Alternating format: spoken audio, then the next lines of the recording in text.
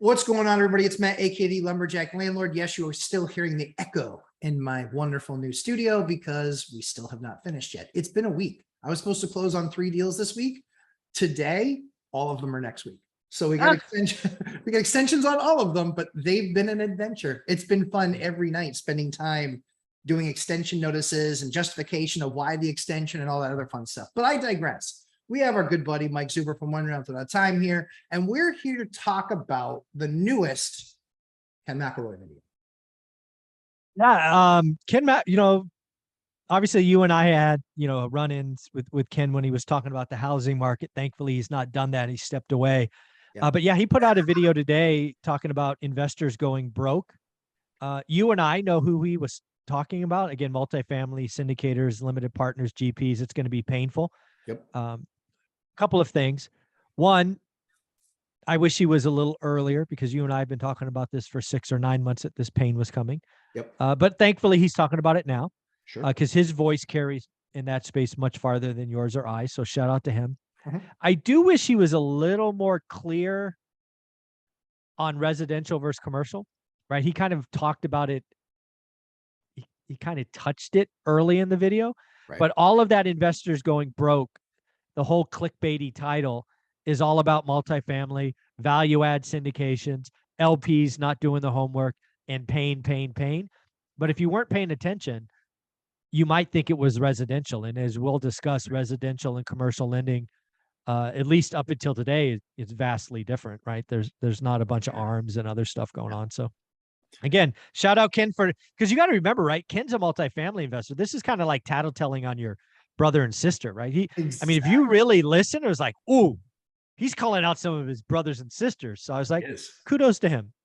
Yeah. So I think that always that's a difficult position to do unless you're looking for clicks. But I think that the real key with what he shared was the fact that, yeah, it's another clickbait title. But I think the thing that concerns me most is one question for you, Michael. Do we do adjustable rate deals? No, not only, 30-year fix all the time. Again, we've been very clear. 9 months ago, you and I went through some painful refinancing for our portfolio, taking variable rate debt to fix, paying more, but now we look like geniuses.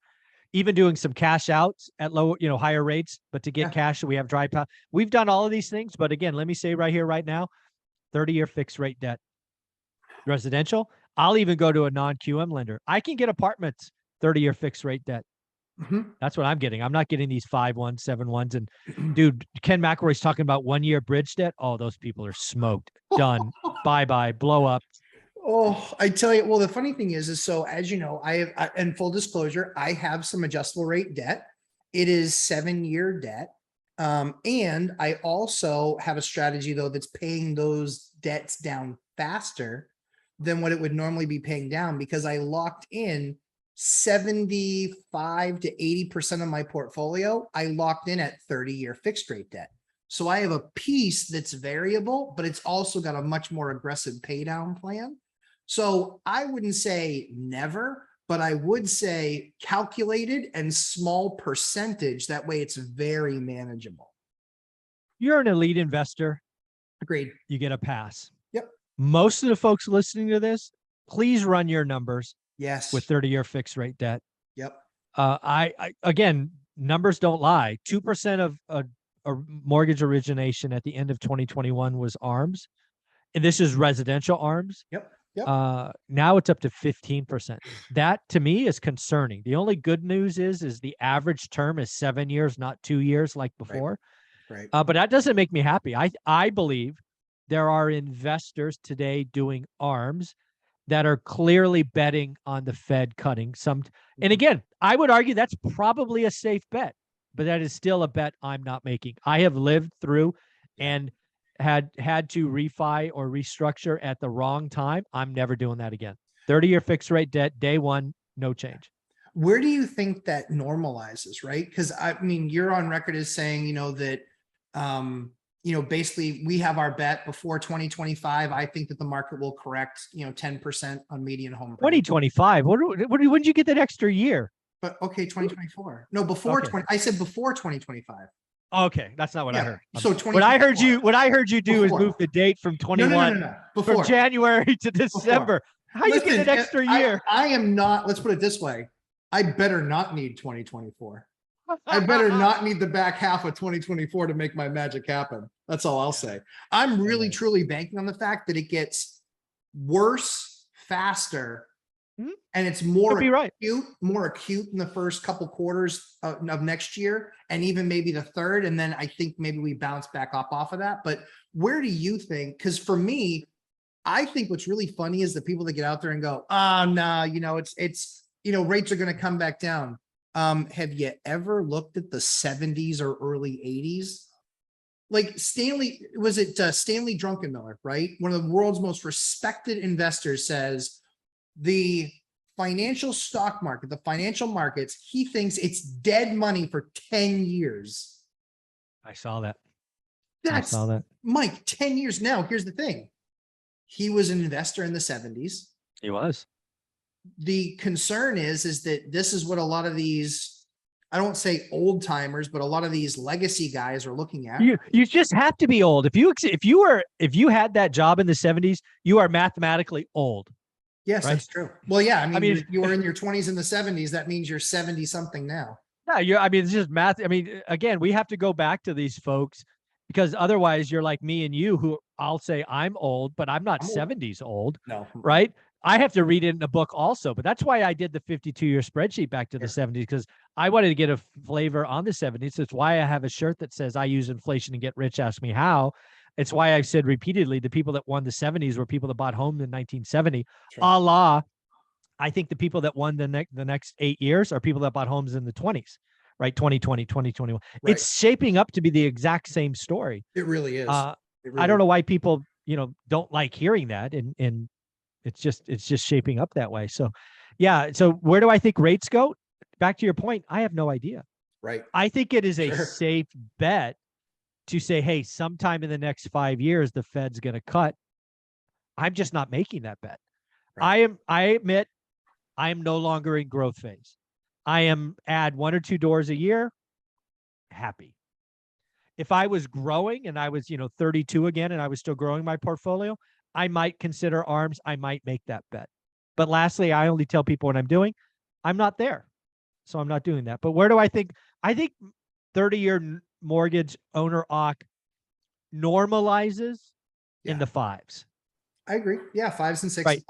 Fives, low 6s. Yeah. 5s for owner occ, 6s for investors. Yep. I think in recessions, they go to the 4s, right? Because again, the Fed will cut. But again, the land of the 2%, I'll say it right here, right now. I hope we don't go back there. Do we really want to shut the economy down and go back there? I don't.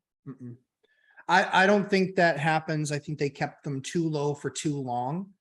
And they broke the housing market, man. They did. And that's the thing, Mike. You look at it now and people trying to build out models, right? Like the famous Zillow algorithm or the offer pad or the open door. Yeah. Oh my word. Like if you look at that stuff now, those algos were insanity. Like they're going to likely maybe not bankrupt those companies, but definitely iBuyers are going to be hurting. I mean, it's just not good. So I think the iBuyers destroyed a couple of markets. There was a Twitter post, I think from Lance Lambert, Fortune editor, who's been on my channel, asking about, hey, what do you call Boise? What do you call Phoenix? What do you call Austin? So I replied with Boise, pandemic boom or bubble. Yep. Phoenix, iBuyer stupidity. Yep. Austin, higher wages, tech, Silicon Valley 2.0, increase in wages, something like that. I said, because I think each town is bubblicious and hot, but for very, very different reasons. I think iBuyers destroyed Phoenix. Destroyed it. I agree. I think Phoenix and Vegas. I think both those markets, I think they got those markets pretty good. I think the other thing too is if you look at the map of the chip factories that are going to be built, a lot of those are in Texas. And that means a lot of high paying jobs. I think that they might get a dip, but I think that they have the long-term sustainability plan in place with expensive jobs. No, there's no question. That's why I called it out. I'm not saying they won't decline. That wasn't the question. Yeah. The decline is I think again, I'm all about payments and affordability. I think Austin over the next 4 to 5 years, it wouldn't shock me if their median income or family of four income jumps 10 or 15 grand, and that is above normal. Yeah. That's just because right. all the tech jobs come in, and it's Silicon Valley 2.0. And on the flip side, where I live, it could be very painful, right? We're missing a generation. We might miss 2 generations of college graduates because they're just going somewhere else. It could be, the dominoes are not falling in a positive direction for the Silicon Valley. Yeah, I think Gary, one of the things I saw with Gary Vee that I think he calls that I really love is, he's talking to a lot of his other business owners and saying, forget about people doing the side hustle. Now imagine that they never even apply to get that entry level job. Exactly. Because he's like, it's so easy to monetize. It's so easy to monetize with gifts, talents, and abilities, like what we've been talking about for 9 months. It's so easy to monetize that. And now, do you really need to, if you get something going when you're in college, do you need to graduate and then get that W-2 job? I mean, just think about it. I've asked high school graduates repeatedly, right? Could you live on $5,000 a month? And they all say yes. They have no idea what costs are. Sure. But just think about it. If you spend 3 or 4 years in college building a side hustle on something that then produces 4 or 5 grand, you just live within your means. You have the next 50 years to grow that. I mean, yeah, I agree with you and Gary Vee. They're not going to show up. They're just going to do something else. It's crazy. Yeah. And the cool thing is what does that spurn? It spurns innovation, right? And it spurns people doing, like, I don't then have to be the best at everything I do. I don't have to be, all over the place. It's like, I can outsource this, that, or the other to somebody that has great skill. I was actually talking to somebody about that on a project that I'm working on. And I just said, I could spend 30 hours and figure that out. It is not worth that amount of time to me. Yeah, I'll pay I need somebody. to outsource that to somebody else that is a ninja at that frankly makes less money per time, but also it saves me 30 real hours. Like, really, it does make time almost a cash equivalent. Yeah, no. Yeah, for me, that's pretty much all I think about now is, and also I think about what I really love. Yep. I'm going to do the stuff I'm good at and let everybody else do everything else. So it's a lot of fun. Yeah, I'm with you. Mike, tell everybody where they can find you, my friend. One rental at a time. And I do a live stream Saturday at 8 a.m. Live stream's a good time. Don't miss it. And then if you're one of the students, he does a live stream for everybody else thereafter on Facebook, which is awesome. And the only way to get in the group is to be in the course. And I think that's a great idea too, by the way, because we know, like, honestly, that place is a lot of fun. It is. How to get started one rental at a time. The private Facebook group is where I go to smile, because people are doing the work, asking real questions, networking, not complaining. There's so much complaining going on today. None of that in the group. It's pretty awesome. It's a 2,000 person think tank. Exactly. Yeah. It's awesome. Like, the thing, and my experts respond. It's awesome. Like, absolutely. they tag you and you respond. Yeah. We respond all the time. I probably respond to 50 to 100 questions a week in that. Yeah. 50 to 100 a week. Oh, no, my pleasure. And I would consider myself elite in some areas of investing. And more importantly it's also made me better.